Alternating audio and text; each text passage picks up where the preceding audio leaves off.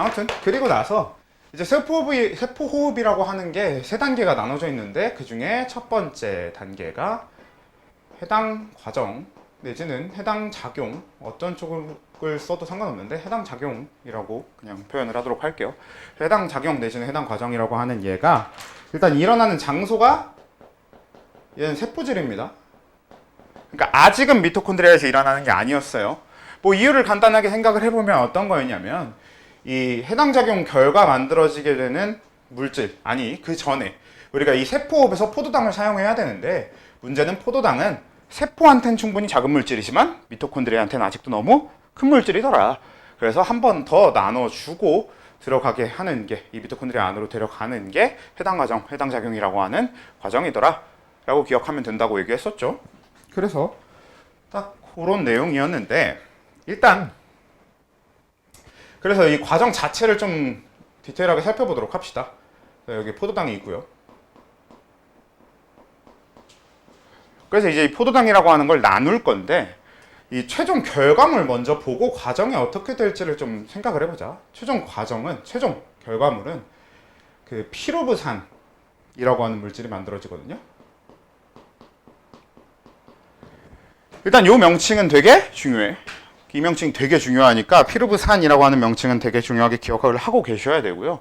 참고로 이거 막 피루브산을 피부르산 이렇게 기억을 해가지고 그렇게 써갖고 서술형 감점당하고 이런 케이스도 있었는데 물론 요즘은 우리는 절대평가니까 서술형 이런 것까지는 없을 거라 그런 걱정은 안 해도 된다고 하더라도 아마 수행평가 이런 데서 조심을 좀 해야 될 겁니다. 그래서 이 생투에서 이쪽을 하다 보면 우리가 화학식 전체를 알아야 되는 경우는 그렇게 많진 않아요. 근데 그래도 딱 몇 가지 화학식 전체를 알아야만 하는 게 있는데 첫 번째 포도당 화학식은 우리 알고 있잖아. 뭐야? C6, C6, H12, O6 이라고 하는 식은 알고 있는 거잖아. 이건 당연히 알고 있어야 되는 거면 이제 피루브산도 식 전체를 알아야 되는 애에 가깝습니다. 그래서 얘도 식 전체를 외워야 되는데 얘는 C3, H4, O3입니다. 그럼 기본적으로 포도당을 일단 절반으로 나눠야 되겠네. 얘는 탄소 6개짜리고 얘는 탄소 3개짜리니까. 우리가 이런 걸 흔히 뭐라고 표현하냐면 탄소가 6개짜리 당이다 라고 해서 6탄당이라고 부르고요. 쟤는.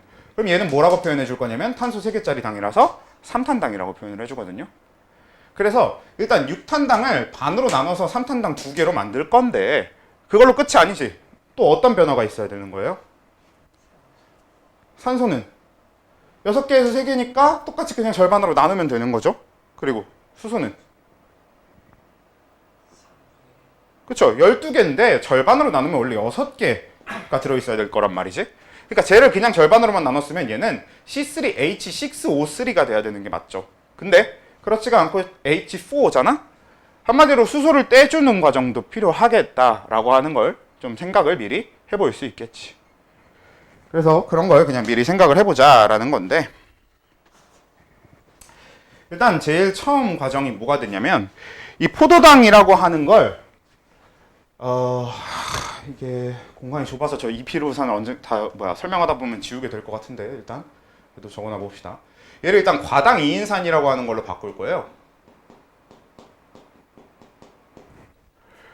자, 그러면 이 포도당이 과당 2인산이 되는 과정을 보면 일단 포도당이라고 하는 애가 6탄당이었고 이 과당 2인산도 6탄당입니다. 그러니까 이 사이에서는 아직 반으로 나눠지기 전인 거라서 그런 그건 아닌데 근데 이 사이에 가장 큰 차이가 나는 게 이 인산이라는 단어겠죠? 그래서 지금 여기서 얘기하는 과당 2인산은 글자 그대로 과당이라고 하는 당에 인산이 2개 붙어 있어 라는 뜻이거든. 그래서 일단 제일 처음 과정에서 포도당에다가 인산을 2개를 붙여서 이 형태로 바꾸는 걸 얘기하고요.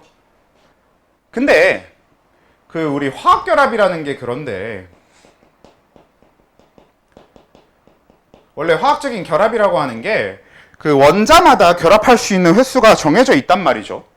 뭐 대표적으로 탄소 같은 경우는 몇 번의 결합이 가능하도록 되어 있지? 네, 원래 탄소는 4번의 결합을 할 수 있도록 되어 있습니다.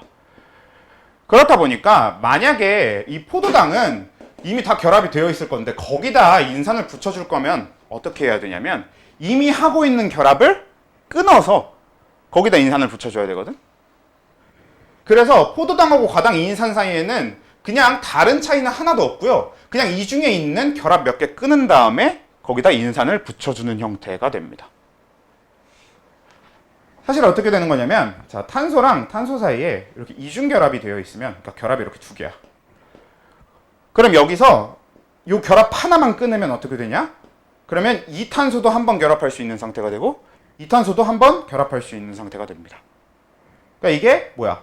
약간 팔을 맞잡고 있는 형태가 되는 거지. 우리가 흔히 얘기하는 공유결합의 형태라고 하는 건데 그러니까 이 결합 하나만 끊어져도 얘가 공유를 한 번 할 수 있게 되고 얘가 공유를 한 번 할 수 있게 되고 이렇게 얘한테 전자 하나 얘한테 전자 하나가 남게 되면서 물질 두 개가 붙을 수 있는 거란 말이야.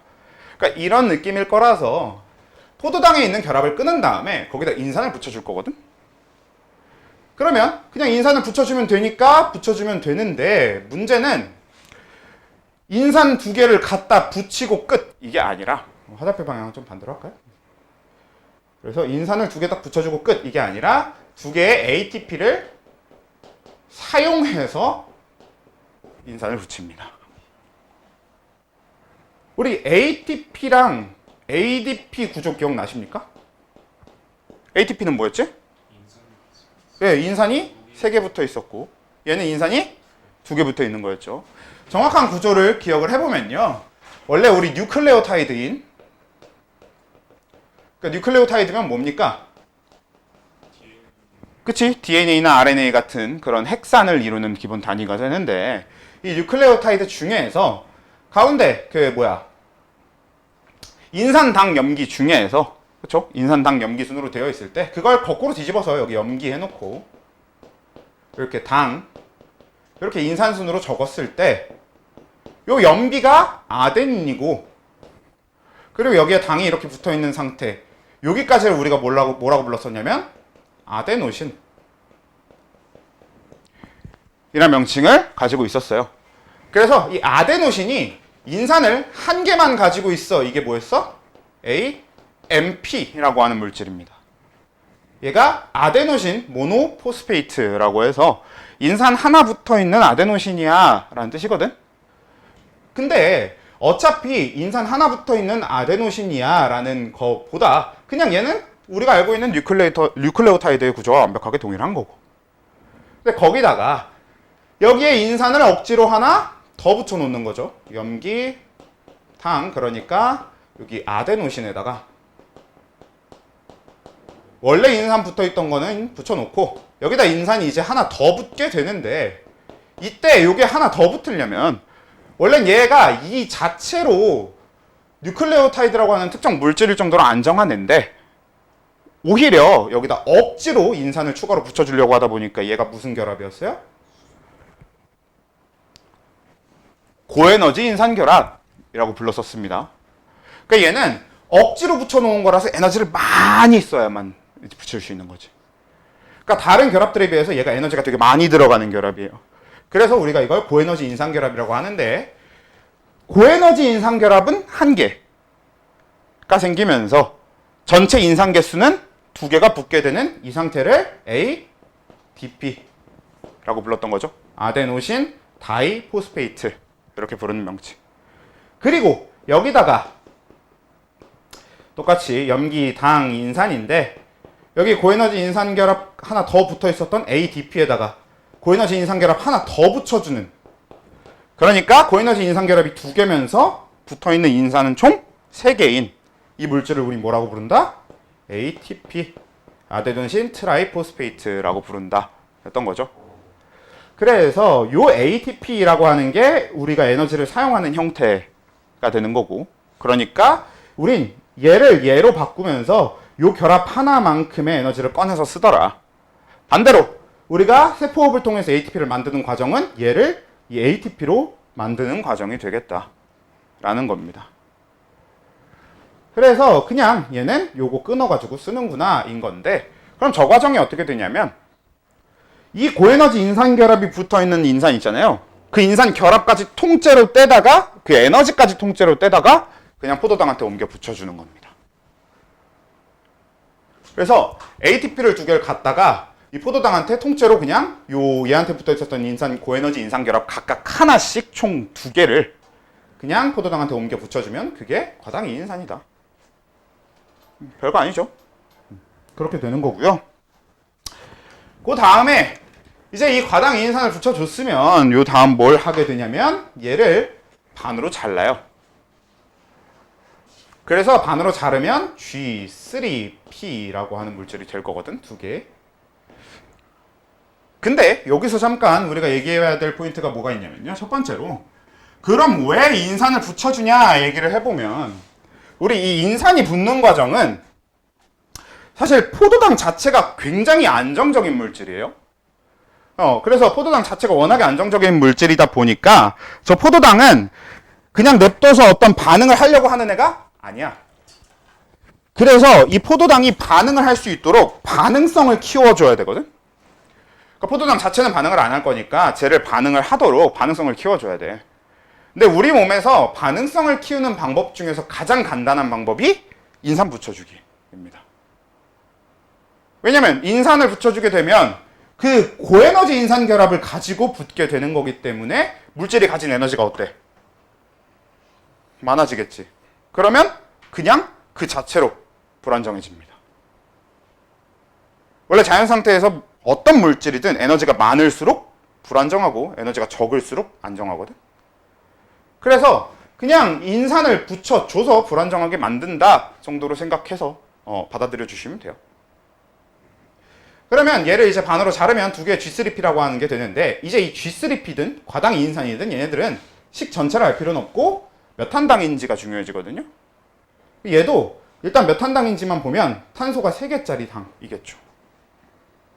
근데 사실 G3P는 식을 적으면 적을 수는 있죠. 뭐야? 이걸 겁니다. 왜? 아직까지 우리가 해준 건 뭐밖에 없으니까. 인산 붙이고 반 나눠준 거밖에 없으니까. 그래서 사실 여기서 끝나면 안 되고 여기다가 뭐가 붙어 있냐면 얘는 인산이 붙어 있어요. 근데 인산 붙어 있는 건 따로 표시를 해주고 일단 같이 넣어주지 말고. 이런 느낌으로 그냥 3탄당짜리 G3P가 있는데 일단 얘는 풀네임은 글리세르 알데하이드 3인산이에요. 이름이 그지 같죠? 외울 필요 없어. 글리세르 알데하이드라는 명칭은 전혀 외울 필요가 없고 중요한 건 이걸 적은 이유는 요것 때문에 적은 겁니다. 자, 과당 2인산 할 때는 여기 짝대기 없이 그냥 이렇게 붙여서 써주거든? 그럼 이렇게 적혀 있으면 이게 무슨 뜻이냐면 인산이 2개란 뜻입니다. 근데 지금 여기 3 짝대기 인산 이렇게 짝대기가 붙어 있잖아? 그럼 이게 무슨 뜻이냐면 3번 탄소에 인산이 붙어 있어요 라는 뜻이에요. 선생님 그러면 3번 탄소가 뭐죠? 는 원래 이 탄소라고 하는 건 우리가 얘기하는 유기물들의 골격을 이루는 역할을 해. 그러니까 무슨 얘기냐? 어차피 모든 유기물엔 다 탄소가 있거든? 그러면 이 유기물의 구조를 잡아주는 게 탄소의 역할이라는 거예요. 그래서 요 뉴클레오타이드에서의 당도 탄소 골격이 이렇게 밖에서 골격을 잡아주는 역할을 하거든요. 그래서 이런 골격을 잡아주는 탄소들한테 우리는 번호를 매겨줍니다. 그래서 그냥 1번 탄소, 2번 탄소, 3번 탄소. 그러니까 3탄당이면 탄소가 3번까지 있으니까. 우리가 뒤에서 할 거니까 요건 지금은 잠깐만 보고 지나가면 되는데요. 요 인산당염기에 있는 이 당도 일단 어떻게 생겨 먹었냐면 요렇게 생겨 먹었거든? 그래서 여기가 이제 염기가 붙어 있는 데고 여기가 이렇게 인산이 붙어 있는데 이렇게 하면요. 요 염기가 붙어 있는 데가 5번 탄소, 여기가 4번 탄소, 여기가 3번 탄소, 여기가 2번 탄소, 여기가 1번 탄소 이렇게. 여긴 산소고. 이런 식으로 탄소에 번호를 붙여줘요. 보통 탄소에 번호를 붙이는 가장 큰 이유는 뭐냐면 요 뉴클레오타이드 나중에 설명할 때 얘 탄소 번호는 왜 붙여주냐? 1번 탄소에는 인산이 붙어 있고 3번 탄소에 하이드록시기가 붙을 거고 4번 탄소에도 하이드록시기가 붙을 거고 그 다음에 여기 5번 탄소에 염기가 붙어 있고 이런 얘기를 하려고 요런 얘기를 좀 편하게 하려고 이제 요 탄소에 번호를 붙여주는 걸 하는 거거든. 그래서 그냥 얘도 탄소 3개가 있으면 이렇게 있다고 해보면 이 3번 탄소에 인산이 이렇게 그냥 붙어 있구나. 딱 그렇게 받아들여 주시면 돼요. 근데 그건 어차피 과당 2인산이라는 것 자체가 탄소가 6개짜리니까 탄소 6개 이렇게 쭉 있으면 여기에 여기 인산 하나 여기 인산 하나 해서 이렇게 인산 2개 붙어 있었을 거란 말이지. 그래서 그걸 그냥 반으로 자른 거다 라고 인식해주면 되는 거지. 그래서 일단 G3P라고 하는 명칭에서는 우리가 핵심적으로 알아야 되는 건 그 3P라는 뜻이 3번 탄소에 인산이 붙어 있어서 그렇구나 라는 겁니다. 일단 이 G3P란 물질은 꽤나 중요해요. 그래서 지금 과당이인산 6탄당 이거는 사실 과당이인산이라는 명칭은 몰라도 되는데 적어도 우리가 알아야 되는 포인트 2가지, 얘에 대해서 알아야 되는 포인트는 2가지가 첫 번째 탄소가 6개짜리라는 거랑 인산이 2개 붙었다라는 거. 이게 중요하고, 그럼 사실 과당 글자 빼곤 다 중요한 거니까 그냥 외워. 그치? 근데 얘는 아예 명칭도 중요하고요. 여기서 얘기하는 3P라고 하는 게 3번 탄소에 인산이 붙어 있어요 라는 뜻이라는 거. 오케이? 그렇게 되겠고, 그럼 그 다음에 얘가 어떻게 되냐면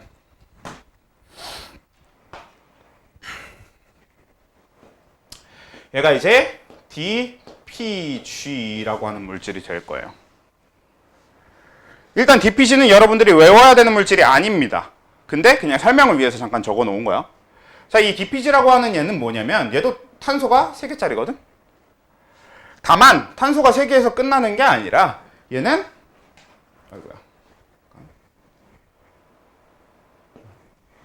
탄소가 3개에서 끝나는 게 아니라 얘가 인산이 2개씩 붙어 있습니다. 왜냐? 이것도 이름을 풀네임을 얘기를 해보면 다이 뭐야? 이란 뜻입니다. 그 다음에 포스페이트 뭐야? 예, 인산이란 뜻이고요. 글루코스 뭐야? 네, 당이란 뜻이에요. 그래서 인산이 2개 붙은 당이라는 의미로 DPG라고 쓰거든. 그래서 얘는 이제 인산이 하나씩 더 붙어야 돼. 이 DPG가 이제 2개가 될 거거든요. 3탄당짜리. 근데 여기서 인산을 붙여줄 땐 뭐냐? 얘는 이 자체로 고에너지 인산은 아닙니다. 그래서 여기에 그냥 인산만 2개 와서 붙어. 그러니까 각각 G3P 하나당 인산 하나씩을 그냥 붙이는 거야. 근데 문제는 얘가 고에너지 인산 결합도 아닌데다가 사실 지금 탄소가 결합할 만큼의 결합 필수가 충분한지 아닌지 우리가 모르잖아. 그래서 실제로 여기를 보면은 얘는 이제 어떻게 흘러가게 되냐면 인산이 붙일 자리를 만들어줘야 되는 상황이고요.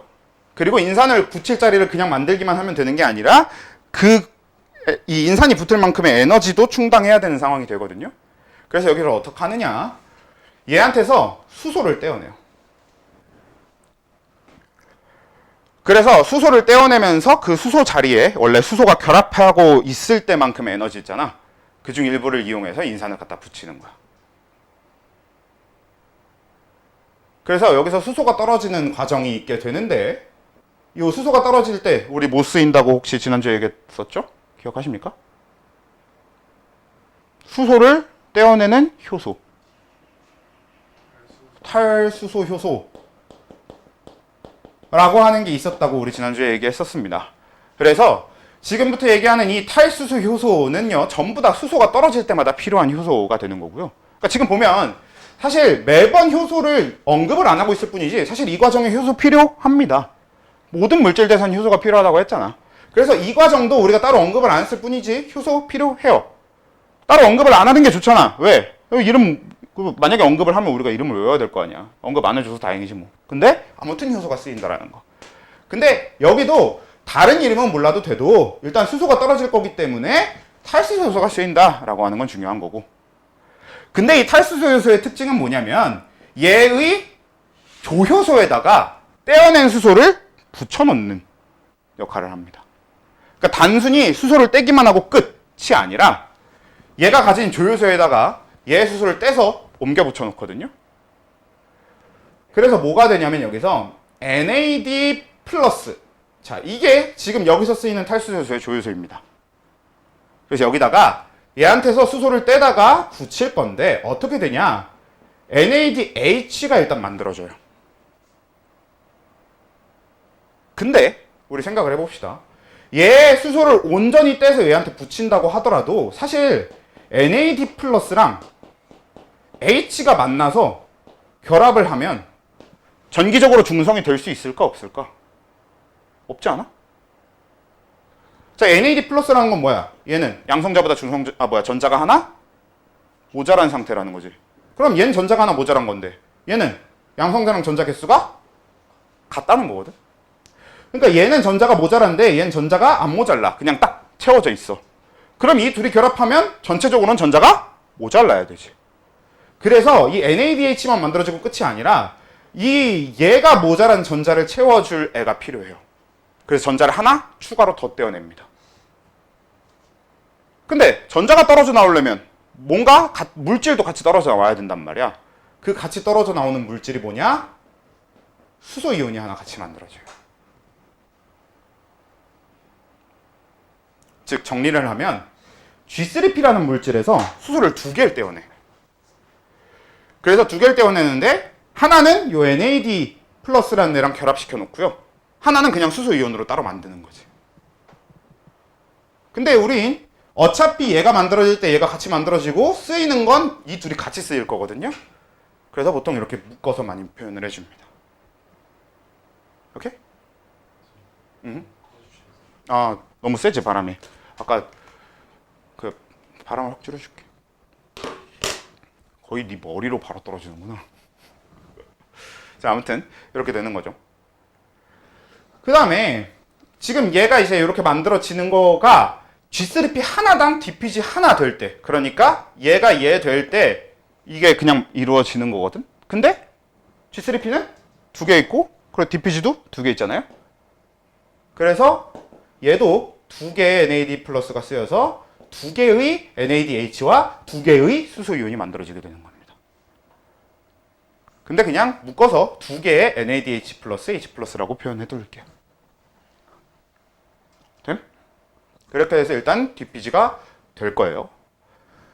그 다음에 이 2개의 DPG는 최종적으로 뭐가 될 거냐? 아까 적어놨었던 이 피루부산이 될 건데요. 얘가 뭐냐? C3H4O3라고 하는 아까 그 물질이었죠. 근데 사실 얘가 수소 6개였을 거란 말이야. 근데 지금 방금 수소 2개 떼어냈잖아. 그러니까 수소 4개는 이미 채워졌지. 그래서 수소 4개 이미 이건 얘기가 끝난 건데 문제는 이제 뭐냐? 2개 붙어 있었던 인산 이걸 떼어내야 될 거 아니야. 그래서 여기 붙어 있던 인산을 그대로 떼어내서 다시 ADP한테 옮겨 붙여줍니다. 그러면 이 과정 중에 총 몇 개의 ATP가 만들어지냐면 4개의 ATP가 만들어지겠지. 4개의 ADP를 갖다가. 왜? DPG 하나당 인산 2개씩 붙어 있었고. 근데 그 DPG가 2개 있으니까. 오케이? 그러면 우리는 그래서 해당과 적용, 해당 과정을 어떻게 정리를 할 수 있게 되냐면요. 일단 ATP는 최종적으로 몇 개 만들어진다? 2개 만들어진다라고 얘기합니다. 왜? 4개가 만들어지는 게 맞긴 맞는데 사실상 4개가 만들어지는 게 맞긴 맞는데 앞에서 2개를 쓰잖아. 그래서 우리는 전체적으로 해당 과정 하나당, 그러니까 포도당 하나가 해당 작용 한 번을 거쳤을 때 ATP가 2개씩 만들어진다 이렇게 표현을 하고요. 플러스 ATP 2개 뿐만 아니라 NADH도 2개 만들어지는 거고 또 수소이온도 2개가 같이 만들어지는 거고 또 그게 끝이 아니라 피루부산도 2개가 만들어지는 거고.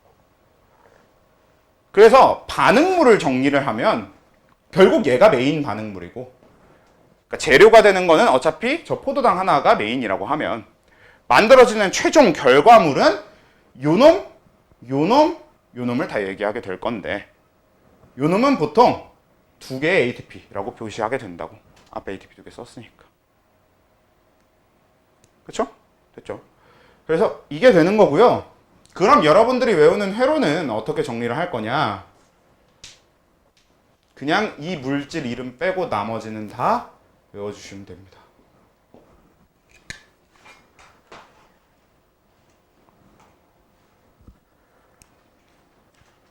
그래서 그래서 일단 그렇게 정리를 해둡시다. 거기다가 아까 드린 거에다가 정리를 하고 그 뒤에 이야기를 이어서 진행을 해보도록 하죠.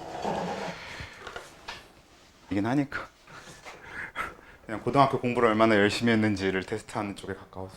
아무튼 그래서 일단 이렇게 정리를 하면 되겠다 하고요. 어차피 그러니까 회로를 전체적으로 외워야 되는 가장 큰 이유가 뭐냐면 뭐 중간에 있는 이 물질들도 당연히 중요하고 회로 자체를 가지고도 문제를 낼 거야.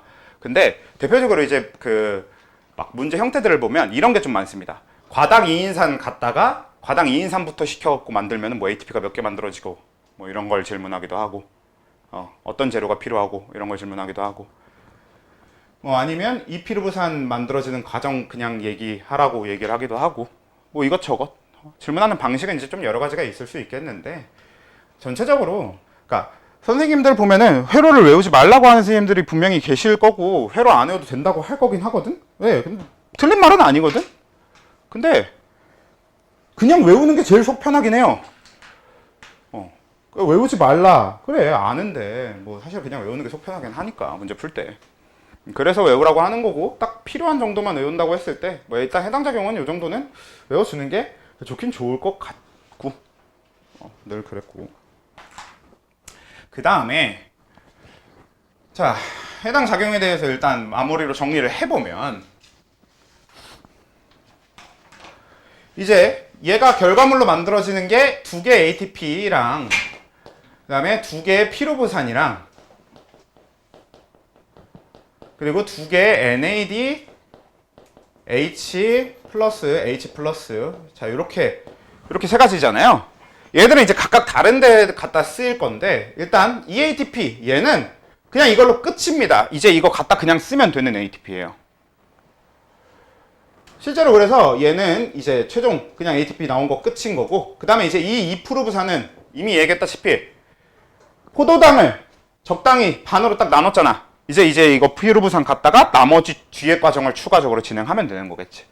그래서 피루부산은 요 다음 과정인 TCA 회로를 하는데 직접적으로 바로 쓰이게 될 거고요. 그리고 마지막 이 NADH 플러스 H 플러스는 여기서도 두 개가 만들어졌지만 TCA 회로에서 왕창 만들어질 거거든. 그래서 TCA 회로에서 총 8개의 NADH와 2개의 FADH2가 추가로 만들어질 거예요. 그거를 같이 해서 세 번째 단계에서 갖다 쓸 거야. 그러니까 한마디로 해당 과정에서 만들어진 결과물 중에서 이 2개의 ATP를 제외한 나머지들은 다른 과정에서 쓰려고 만든 거다.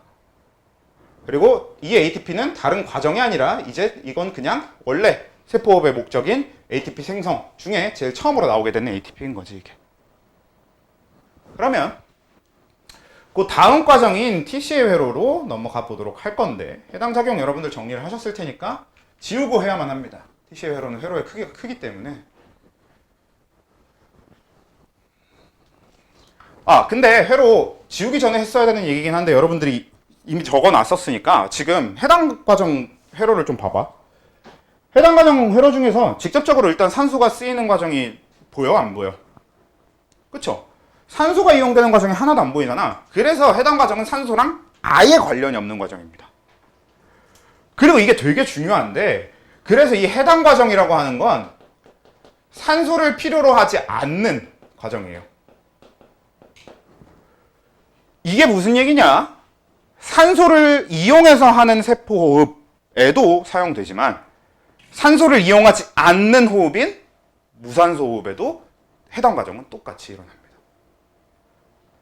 그러니까 호흡의 종류가 세포호흡 하면 이건 산소호흡을 얘기하는 거고 그리고 세포호흡 말고 산소호흡이 아닌 무산소호흡 뒤에서 얘기할 거지만 발효라던가 부패라던가 이런 게 다 무산소호흡에 해당될 건데 이 무산소호흡에서도 마찬가지로 그냥 종류와 상관없이 모든 호흡에서 다 해당 과정은 한다는 거지. 그래서 해당 과정은 회로가 간단한 데 비해서는 되게 중요한 내용이 되고요.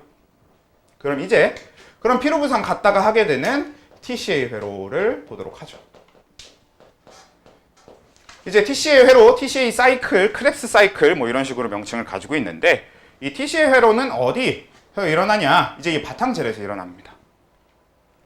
그러니까 세포질에서 피루부산까지 쪼갰으면 그걸 쭉 한 번에 여기 바탕질 안까지 데리고 오는 거지. 그래서 회로를 그릴 건데 일단 회로는 저는 피루부산 1개 기준으로 그려놓고 나중에 그런 피루부산 2개일 때 어떨지를 붙일 거거든요. 그럼 한번 순차적으로 가볼게요. 일단 첫 번째, 이 피루부산이라고 하는 게 만들어질 물질이 뭐냐면 얘는 우리 화학식 알고 있었어야 되니까 일단 C3H4O3 적어놓고 그래서 얘를 뭘로 만들 거냐면 아세틸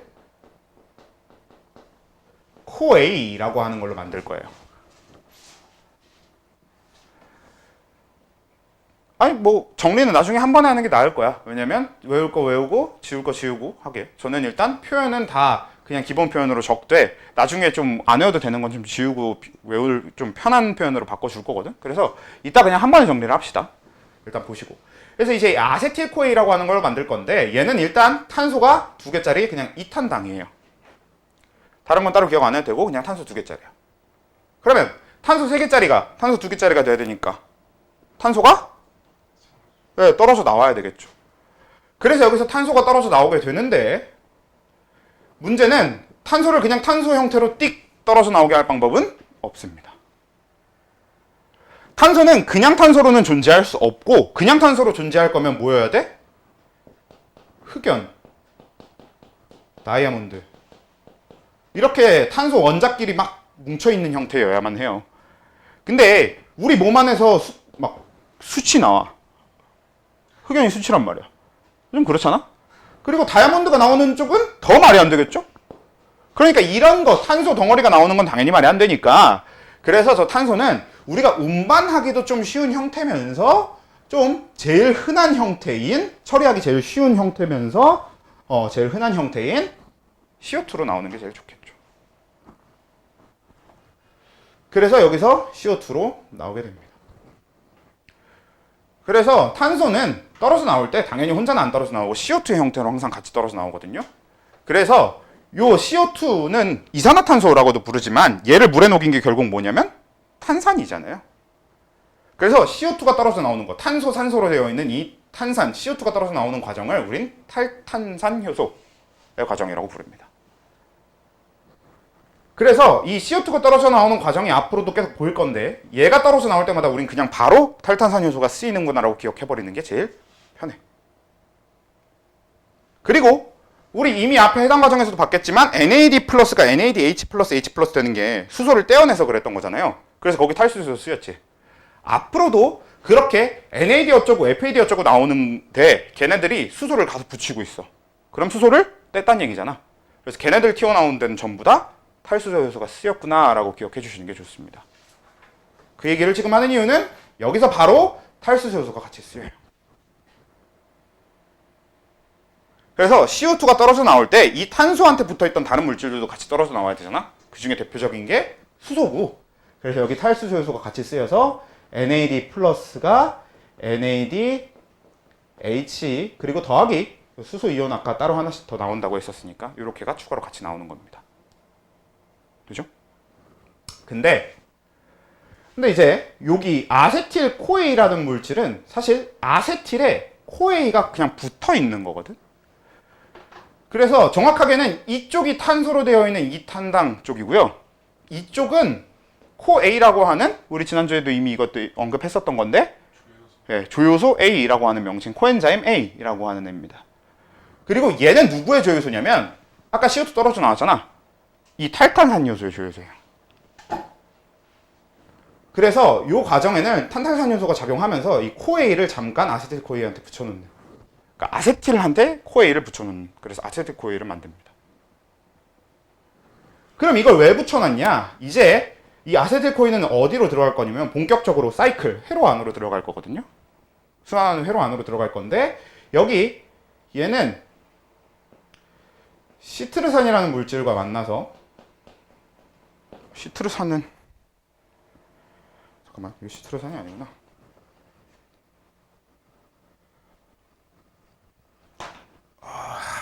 아무튼 일단 탄소 4개짜리라고 적어놓고 탄소 4개짜리랑 만나서 탄소 6개짜리를 만드는 데 쓰일 거예요. 그러니까 탄소가 4개짜리가 아세틸코에이를 만나게 되면 탄소 6개짜리 즉 그냥 탄소 2개를 집어넣어 주겠다는 소리지. 그러니까 한마디로 이 아세틸 어쩌고 하는 이 탄소 부분은 바로 결합할 거거든. 그러니까 그 결합할 자리를 딴 걸 괜히 붙여놓거나 하지 말고 거기다 코에이로 잠깐 떼어놓은 거지. 딱 그냥 그런 느낌입니다.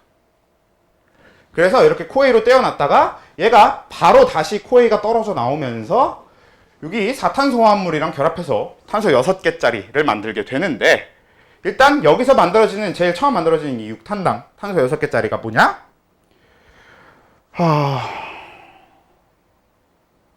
뭐였지? 얘가 시트르산이지, 그치요? 시트르산이 됩니다. 네, 시트르산이라고 하는 애로 바뀌어요. 그래서 이렇게 탄소 6개짜리가 되는데, 얘는 수소가 몇 개고 산소가 몇 개고 이런 거 하나도 기억 안 나셔도 되고요. 그냥 일단 이렇게 알아두시면 돼요. 그래서 일단 이 시트르산이 만들어지고 나면 그냥 탄소 6개로 합쳐진 거니까 이 과정은 별거 없고, 그냥 4개짜리에다 2개짜리 붙여서 이렇게 만든 거니까 이 과정은 별거 없고, 그 다음에 이 시트르산이 그 다음에 되는 물질이 중요한데, 여기서 이제 얘가 알파 케토 글루타르산이라는 게 됩니다. 일단 이름부터가 그지같이 생겼으니까 별로 중요한 이름은 아니고요. 그냥 대충 알파 어쩌고 이렇게만 기억하셔도 됩니다. 그냥 알파라고 기억해버려도 돼요. 어차피 생투 전체에서 알파란 표현 여기 말고 쓸 데가 없으니까. 그래서 그렇게 기억하면 되는데, 잠깐만.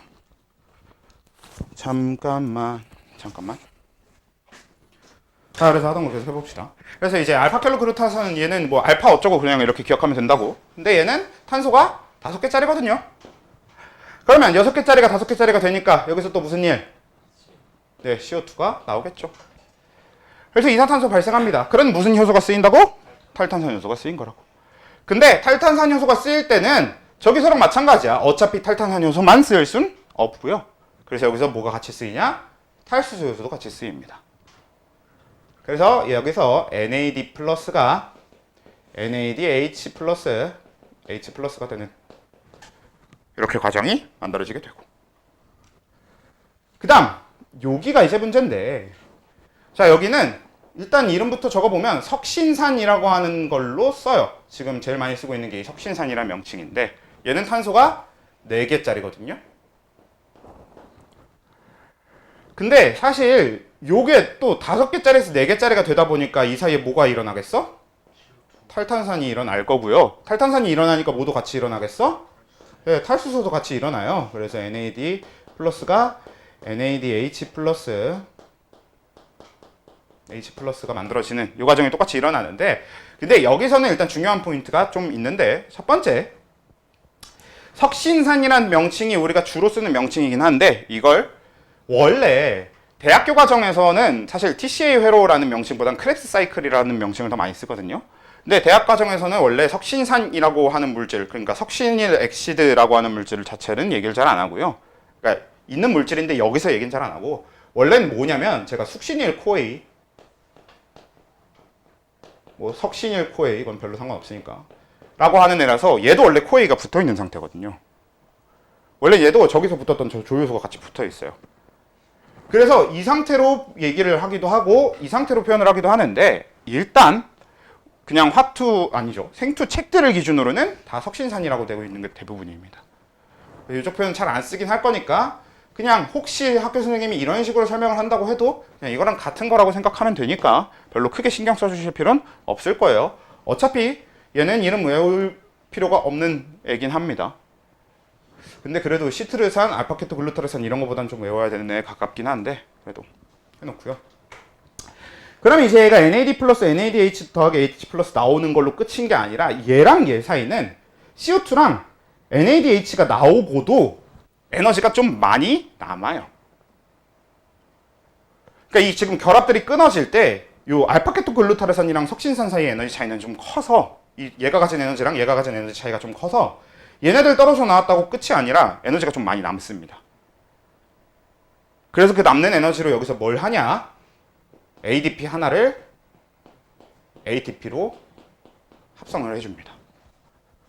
그래서 여기서 그냥 ATP가 하나 튀어나와요. 일단 정리되고, 그치? 그 다음에 또 여기도 문제인데, 원래는 이 마지막에 이 C4가 말산이라는 애인데, 여기가 말산이 아니죠. 여기가 말산이라는 애인데, 그래서 요 다음에 요 과정이 또 있을 거고, 여기까지 한 번에 가면 좋긴 좋은데 문제가 몇몇 학교들은 이 사이에 얘랑 얘 사이에 거치게 되는 푸마르산이라는 물질이 있거든요. 그래서 이걸 거치는 걸로 회로를 가르쳐 주냐 아니냐가 차이가 좀 있어요.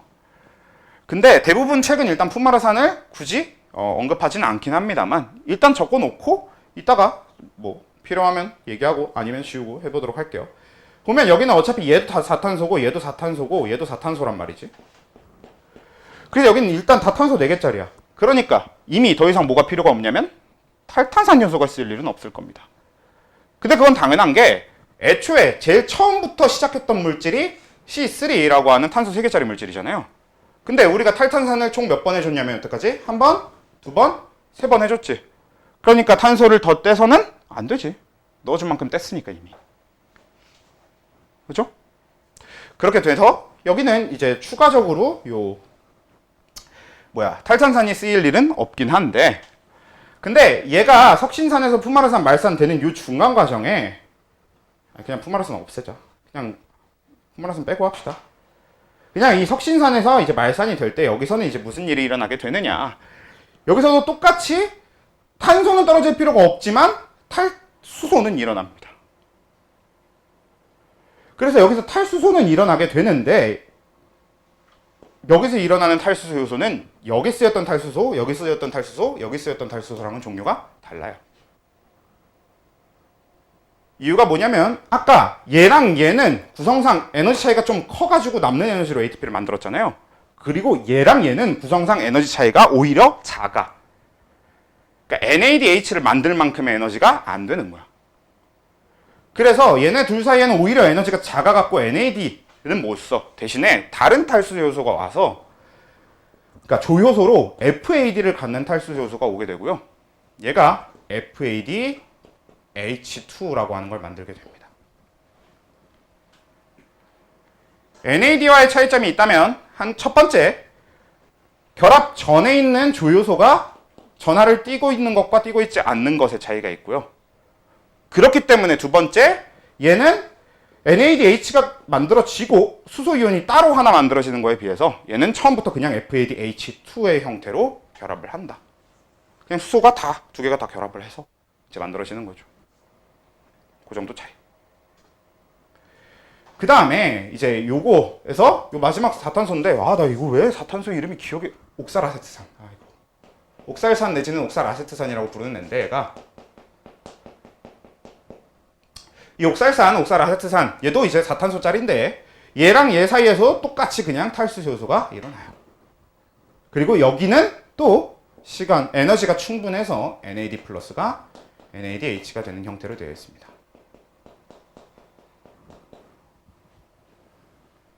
자, 그럼 일단 그냥 쭉 나열을 해둔 거니까 정리를 좀 해보면, 일단 첫 번째, 우리가 제일 처음 넣어준 물질이 C3H4O3, 즉 일단 탄소는 3개 넣어줬으니까 그래서 탈탄산 과정은 3번이 일어나게 된다라는 거고, 그래서 얘만큼의 탈탄산 딱 3번 일어났으니까 끝이라고 하면, 그러면 얘 일단 한 번 떼어냈을 때가 아세틸코에이라는 물질인데 여기서 코에이는 조효소니까 그냥 추가로 붙여준 거다라는 거고, 근데 어차피 생각을 해보면요, 지금 여기는 합쳐지는 과정이잖아. 그러니까 이 합쳐지는 과정을 제외하고 나머지를 봤을 때 탈탄산은 그냥 연속적으로 3번 일어나는 거죠. 그리고 탈수소 과정은 보면 지금 이 합쳐지는 과정을 제외하고 모든 곳에서 다 일어나죠. 우리가 이렇게 외우기가 편하기 때문에 이 푸마르산을 안 하는 게 편하거든요. 그래서 대부분 그 푸마르산을 다 빼. 우리 일단 빼고 하자. 그래서 이렇게 일단 해두게 되고, 어디서 뭐가 나오는지 꽤 중요한데 사실 어디서 NADH 플러스 H 플러스가 나오는지는 안 외워도 돼. 왜? 다 나올 거니까. 그럼 안 나오는 데만 따로 외워두는 게 좋겠지. 어디? 여기만 FADH2가 나온다고. 그리고 여기는 어차피 나오는 물질이 요 위에서 코에 떨어져 나오는 걸 제외하면 아무것도 없으니까 요 합쳐지는 데는 좀 아예 예외 논외로 생각을 해주고, 그래서 이제 우리가 외워주는 회로는 어떻게 될 거냐, 이거 이름 필요 없으니까 C6라고 기억하시면 되겠고요. 그리고 알파케토글루타르산, 뭐 알파 정도만 기억해도 좋지만 그냥 이것도 필요 없으니까 그냥 C5라고 기억하셔도 됩니다. 그리고 이 석신산, 사실 얘네들은 이름이 좀 언급이 되긴 되거든? 근데 여러분들이 이름을 몰라도 탄소 6개면 시트르산이구나, 탄소 5개면 알파 얘구나, 그냥 이렇게 해서 문제를 풀 수 있게 되어 있어. 반대로 얘는 오히려 이름이 언급이 안 되고 문제에 대놓고 그냥 사탄소 화합물 이렇게 적혀 있거든요. 근데 오히려 우린 이 이름은 좀 외워줍시다. 왜냐면 문제를 보면요, 얘도 사탄소 화합물이라고 적혀 있고 얘도 사탄소 화합물이라고 적혀 있고 얘도 사탄소 화합물이라고 적혀 있거든. 그래서 이걸 우리가 구분하라고 해. 뭘 이용해서 어떤 물질이 나오고 어떤 과정이고 어떤 과정을 거쳤고 이런 걸 이용해서 우리가 직접 그 사탄소 화합물을 구분하도록 시키거든. 그러니까 차라리 이걸 그냥 이름을 외워두자고. 글씨가 적잖아. 그리고 이것도 이제 플레임 다 기억할 필요 없으니까 어차피 아까 얘기했던 것처럼 옥살산 이 정도로만 기억해도 충분합니다. 탄소 4개짜리. 그래서 우린 딱 이 정도 형태로만 기억을 하면 되는데 문제가 하나 있는데, 회로를 이렇게 외워서 여러분들이 알아서 적당히 여기저기 잘 써먹을 수 있으면 좋아. 근데 사실 실제로는 지금 이 회로가 끝이 아닌 게 포도당 하나를 기준으로 우린 모든 회로를 쭉 공부를 하는 거거든요. 근데 포도당 하나당 피루부산 몇 개 만들어지죠? 2개 만들어지죠. 그러니까 사실 여러분은 일단 회로를 이렇게 외운 다음에 피루부산이 2개일 테니까 그러면 만들어지는 CO2는 총 6개겠고 만들어지는 NADH는 총 8개겠고 만들어지는 FADH2는 총 2개겠고 이런 식으로 그냥 머릿속으로 생각을 해도 되지만 아예 회로 자체를 이씩 붙여서 해도 괜찮습니다. 근데 나는 개인적으로 회로를 하나를 그냥 이걸 잘 외워놓고 피루부산 2개일 테니까 2번이라서 어쩌고 저쩌고 이렇게 외우는 게 낫지 않나, 제 생각입니다. 굳이 다 이 붙여놓을 바에. 그래서 일단 요렇게가 여러분들이 외워야 될 그 회로의 형태가 되는 거니까 요렇게 정리를 해두시면 될 것 같아요. 거기 TCA 회로 자리에다가. 대망의 호흡의 마무리 단계를 위해서 일단은 전부 다 지우고, 일단 우리가 여태까지 쓴 것과 만든 것이 뭐뭐인지 좀 봅시다. 일단 앞에 두 과정, 그러니까 해당 과정하고 요 TCA 회로까지 합쳐서 여태까지 우리가 쓴 게 뭐가 있냐면요, 포도당을 썼어요. 그치? 그래서 포도당을 써서 총 몇 개? 이미 6개의 CO2로 다 분해가 끝납니다. 그치? 왜냐면 우리 그 CO2가 3개 나왔잖아요. 근데 그게 피루부산 하나당 3개씩 나오는 거잖아. 근데 피루부산이 포도당 하나당 2개씩 만들어지는 거죠. 그럼 총 6개 CO2 만들어지는 거 맞지? 그래서 포도당 쓰였고요. 그 다음에 또 사실상 쓰인 건 포도당밖에 없네. 그럼 만드는 거나 계속 얘기를 해봅시다. 그럼 6개 CO2 만들었고 또 ATP가 여태까지 4개나 만들었어요. 그쵸? 왜냐면 해당 과정에서 2개의 ATP를 만들었었고 방금 회로에서 하나의 ATP가 나왔지만 피루부산 2개 기준으로 그러니까 2개의 ATP가 되는 거고요. 그 다음에 총 10개의 NADH 플러스 H 플러스가 만들어졌습니다. 그러니까 수소이온 10개와 NADH 10개가 만들어진 거지. 왜냐면 해당 과정에서 2개를 만들었고요. 그 다음에 TCA 회로에서 8개를 만들었죠. 그러니까 TCA 회로 한 번당 4개가 나오는데 그게 2배니까요. 그 다음에 2개의 FADH2를 만들었었습니다. 그치? 자, 근데 우리 호흡식 뭐죠? 네, C6H12O6가 O2 산소와 만나는데 산소 몇 개? 6개의 산소와 만나고요. 그래서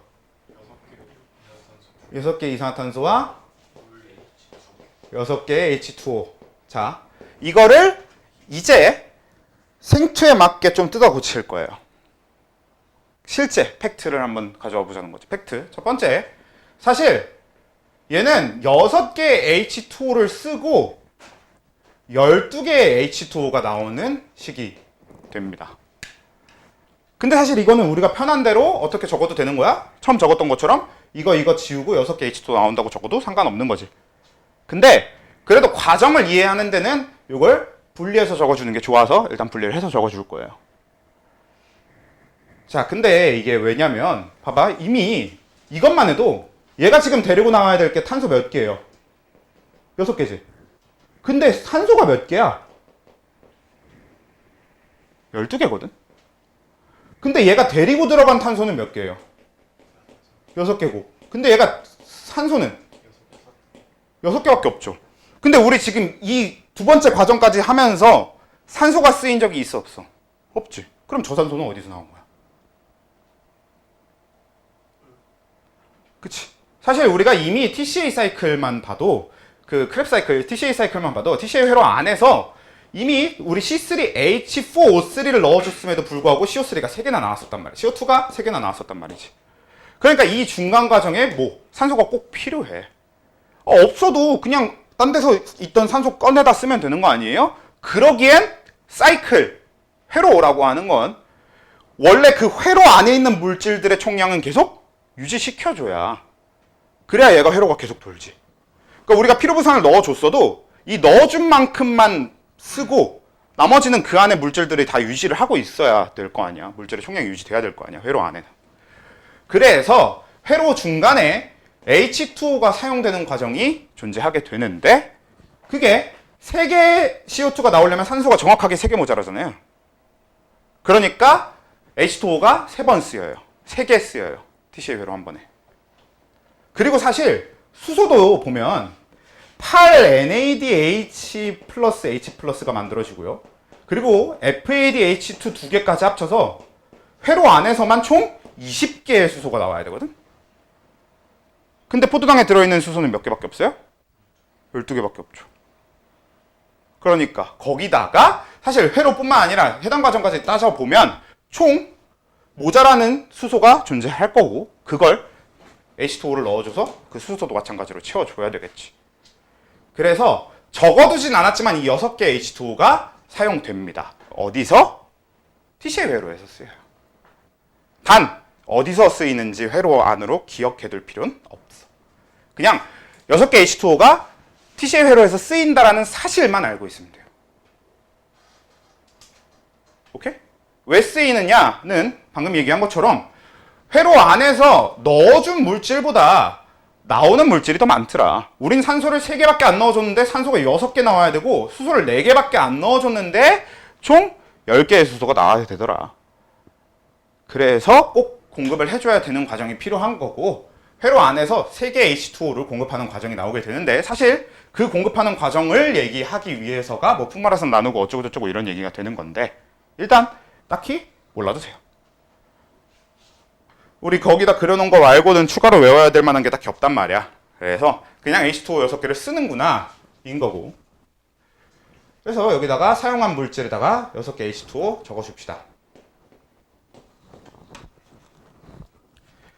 그리고 이 반응식을 또 완성을 해보면 원래 생원까지 쓰던 반응식 기준으로 이 뒤에 뭐가 붙어 있었냐면 38 ATP가 붙어 있었어요.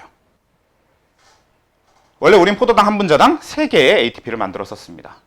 근데 이것도 사실은 38개의 ATP가 아니라 정확하게는 32개의 ATP만 만들 수 있어요. 근데 뭐가 됐든 아직까지 만든 건 몇 개뿐이다. 4개 ATP밖에 안 만들었지. 그럼 지금 정리를 해보면 봐봐. 지금 시계 기준으로 포도당 이미 쓴 거니까 끝났죠. 그 다음에 물 이미 쓴 거니까 끝났죠. 그 다음에 CO2 이미 나와서 끝났고, 그러면 이제 남은 과정은 뭐가 될 거냐면 산소를 쓰고 물을 만들어내면서 남은 ATP를 만드는 과정이 필요할 거다라는 얘기잖아. 그게 세포호흡의 마지막 단계인 산화적 인산화 과정이 되고요. 얘는 보통 이제 뭐라고 많이 불리냐면 전자 전달계라고 많이 불립니다. 근데 일단 이 산화적 인산화는 어디서 일어나냐면 내막에서 일어나요. 그래서 내막을 보면 인지이중증이 이렇게 쭉 이렇게 있고요. 그러니까 이게 그냥 내막이야. 이게 내막의 단면이에요. 여기 안에가 다 내막이야. 그래서 여기가 지금 바탕질이라고 생각을 하고 봅시다. 그리고 여기를 막사이 공간이라고 생각하고 진행을 하는 거지. 그리고 여기가 이제 막 내부.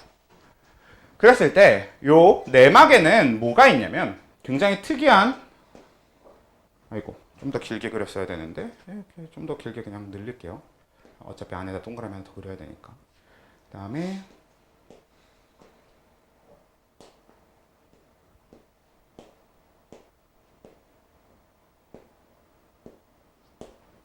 이런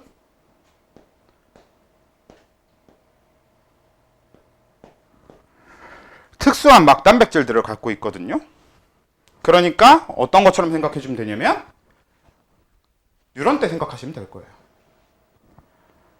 그 뉴런도 뉴런의 기능을 하기 위해서 특수한 막단백질을 갖고 있었잖아. 뭐 나트륨 통로라던가 칼륨 통로라던가 나트륨 칼륨 펌프 이런 거 있었잖아요. 얘도 비슷해. 실제로 지금 얘가 수소이온 통로거든요. 그러니까 수소이온이 지나다니는 길이 됩니다. 물론 수소이온 통로라고 불러도 되지만 정식 명칭은 수소이온 통로가 아닌 다른 걸 쓰긴 합니다만 그건 좀 이따 얘기를 해보고. 그러면 일단 여기서 요 작은 동그라미들 먼저 소개를 해볼게요. 얘는 내가 그리다 보니까 되게 커졌지만, 그러니까 요놈, 요놈, 요놈, 요놈, 요놈, 요놈, 요놈, 요놈은 전부 다 한 가지 종류의 효소인데 얘네들이 전부 다 전자 전달 효소라고 하는 애들입니다.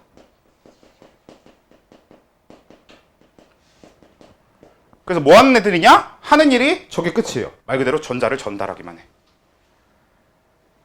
근데 얘네들이 갖고 있는 보조인자들이 서로 다 달라요. 근데 이 보조인자가 어떻게 되어 있냐면 얘가 가진 보조인자보다 얘가 가진 보조인자가 더 전자를 갖고 싶어하는 성질이 강합니다. 조금 더 화학적으로 표현을 해보면 환원되려는 성질이 강해요. 우리가 전자를 얻는 걸 환원이라고 한단 말이지. 그래서 얘보다 얘가 환원되려는 성질이 더 강하고요.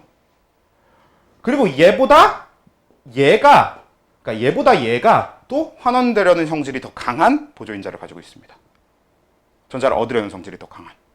그리고 얘가 얘보다 또 강하고요. 얘가 얘보다 또 강하고요. 얘가 얘보다 또 강하고 얘가 얘보다 또 강하게.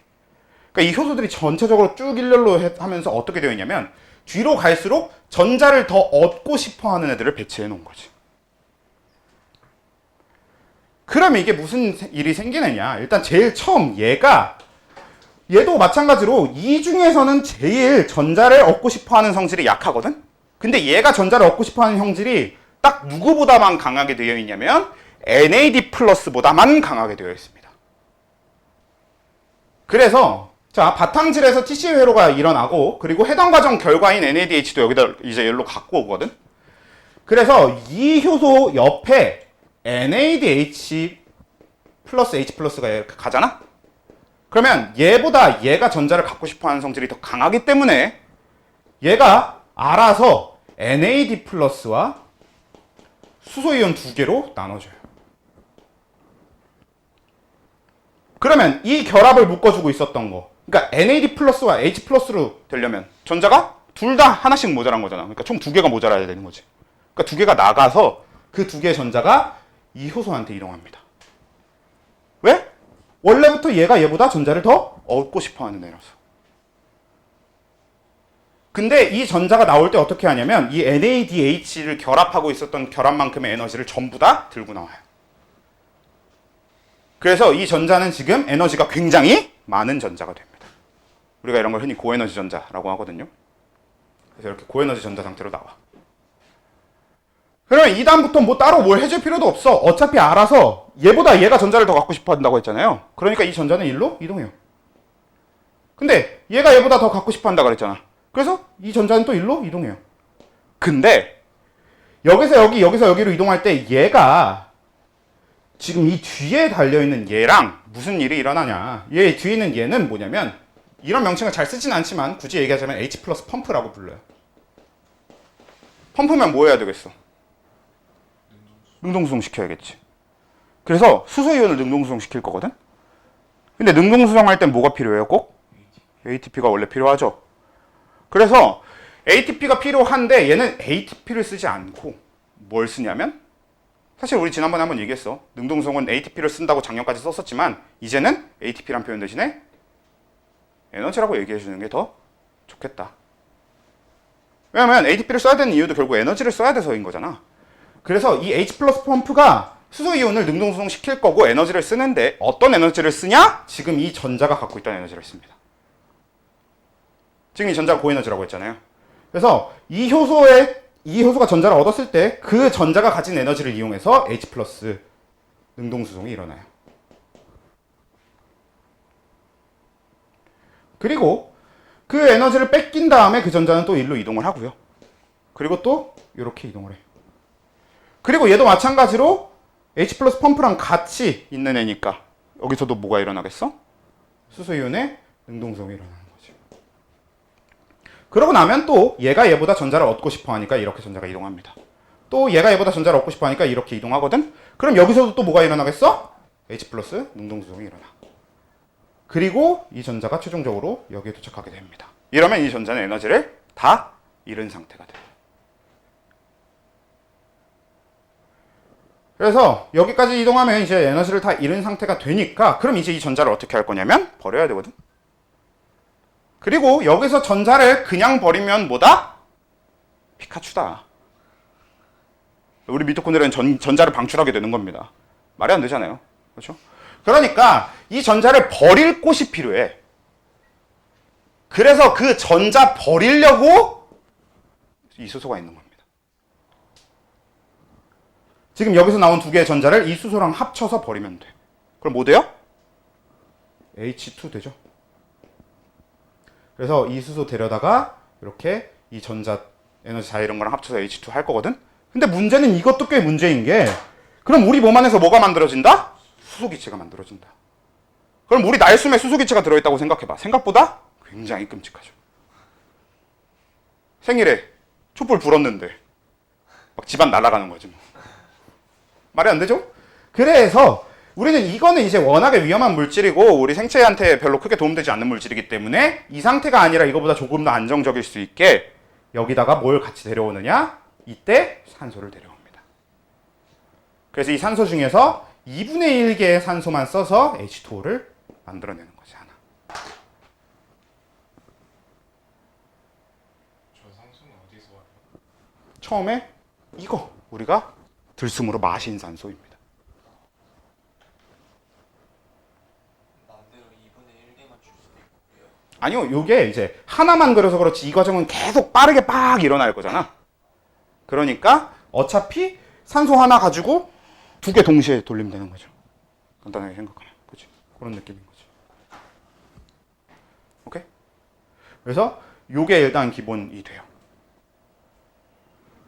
그리고 그럼 이 능동수송을 통해서 H 플러스가 밖으로 나가죠. 그리고 안에는 H 플러스가 그럼 줄어들겠죠. 그러면 내부 H 플러스가 그래서 계속 줄어들고요. 외부 H 플러스는 그래서 계속 많아집니다. 그래서 바탕질에 H 플러스가 적어서 pH가 높게 유지되는 거고 그래서 저 막사이 공간의 pH가 낮게 유지되는 겁니다. 이 H 플러스 능동수송 때문에. 이렇게 농도기울기가 만들어지는 거야. 그러면 이 농도기울기는 뭐 타러 만들었냐? 이제 얘가 H 플러스 이온 통로라고 했잖아요.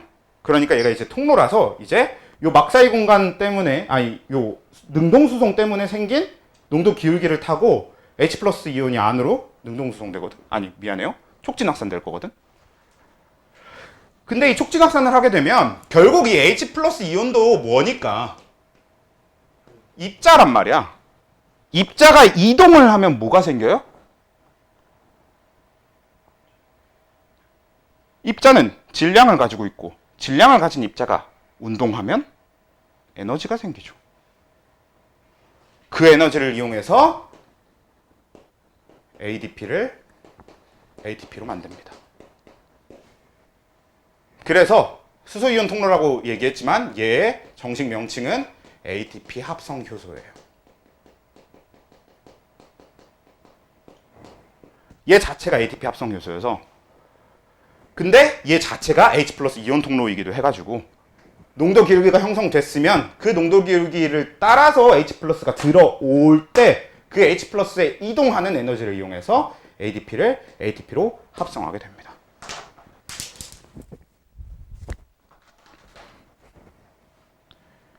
이렇게 ATP를 만들게 되는데, 자 봐봐. 그러면 수소이온 지금 3개 나갔지.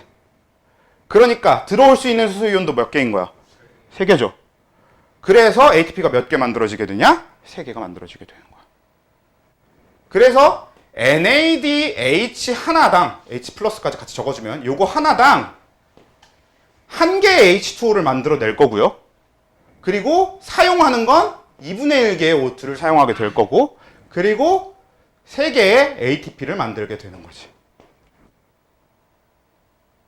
그 다음에 그럼 FADH2는 어떻냐? 자, FADH2는 얘보다 전자를 얻으려는 형질이 강해. 근데 지금 이 전자전달 효소들 중에서 안 쓴 애가 얘만 있잖아요. 얘가 정확하게 FADH2보다만 전자를 잘 얻도록 되어 있는 겁니다. 그래서 FADH2는 여기서 다시 FAD와 H 플러스 2개로 나눠지면서 얘한테 전자를 줘. 그럼 이 전자는 이만큼만 이동하면서 총 몇 개의 수소를? 2개의 수소만 능동수송시키는 거지. 그리고 나면 이 H 플러스는 어차피 똑같이 여기 지금 나간 전자가 2개였으니까 똑같이 H2O 만드는 형태로 쓰이게 되는 거고. 그래서 정리를 해보면 이것도 FADH2 하나당 어차피 똑같이 2분의 1 O2 쓸 거고요. 그리고 똑같이 H2O 한 개를 만들지만 ATP는 2개만 만든다. 자, 그럼 계산해 볼게. FADH2가 저기 적어놓은 거 몇 개였냐면 2개였죠. 그러면 4개 ATP죠. 그 다음에 얘가 3개씩이니까 NADH가 10개였단 말이야. 그러니까 총 30개죠. 그러면 합치면 34개죠. 거기다가 아까 만들었던 거 4개 있었잖아. 그럼 총 38개 ATP가 되는 거죠. 그랬던 거거든? 근데 왜 32 ATP로 바뀌었냐? 왜 우린 이걸 32 ATP로 바꿔줘야 되냐? 이젠 바꿀 거니까 38 ATP라는 표현을 아예 기억하지 않고 무조건 32 ATP로 기억하셔야 되는데, 왜냐면 지금 제가 말씀드린 대로가 원래 우리가 쓰던 건데 알고 보니까 NADH도 그렇고 FADH2도 그렇고 얘네들은 에너지가 조금 모자란 애들이었던 거야. 그래서 사실 이 두 번은 제대로 능동수송시키지만 얘는 어떻게 되도록 되어 있냐면 전자가 지나갈 때 에너지를 뺏어서 냅뒀다가 다음 전자가 지나갈 때 한 번 더 뺏어야 하나를 이동시킬 수 있는 거야. 그럼 쉽게 생각하면 전자가 한 번 이동할 때 0.5개의 H+를 이동시킨다라고 쉽게 생각해버리면 되지. 실제로는 0.5개 H+ 이동시킨 게 불가능하니까 정확하게는 2번 지나갈 때 하나가 이동하는 거지만 그걸 그냥 0.5번식으로 나눠보자고. 0.5개씩으로. 그래서 실제로 요 NADH 아이고 세상에. 일단 정리 나중에 하고. 실제로 이제 요 NaH 요거 나가는 게 2.5개 ATP만 나간다라고 하는 걸 이제 뒤늦게 발견하게 되는 거고. 그리고 FADH2도 마찬가지여서 얘는 2개 ATP가 아니라 1.5개 ATP만 만들 수 있구나를 뒤늦게 발견하게 되는 겁니다.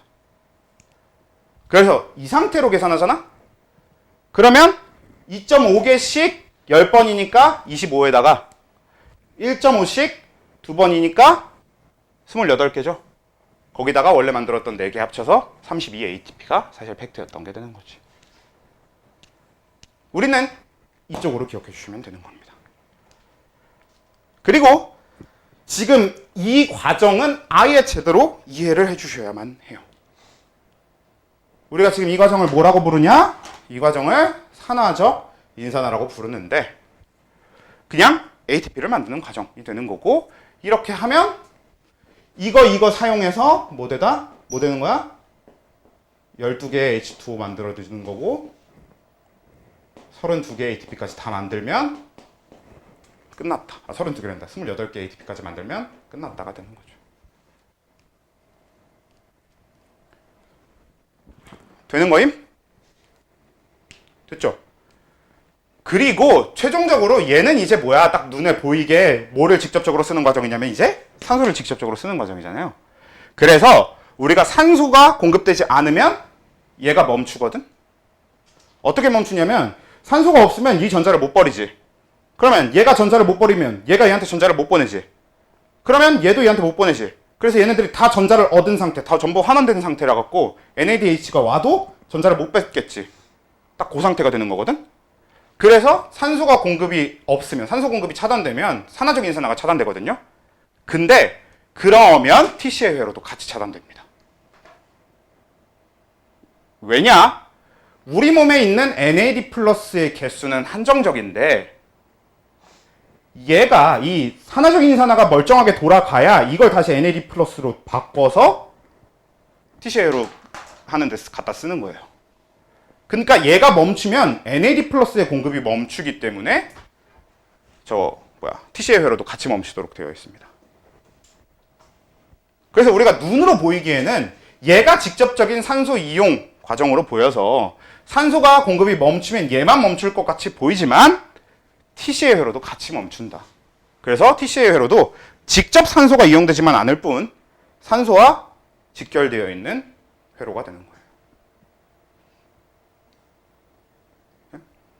그리고 이걸 제대로 이해를 못하면 광합성도 이해를 할 수 없습니다. 이거는 아주 제대로 이해를 해주셔야 합니다. 여기까지.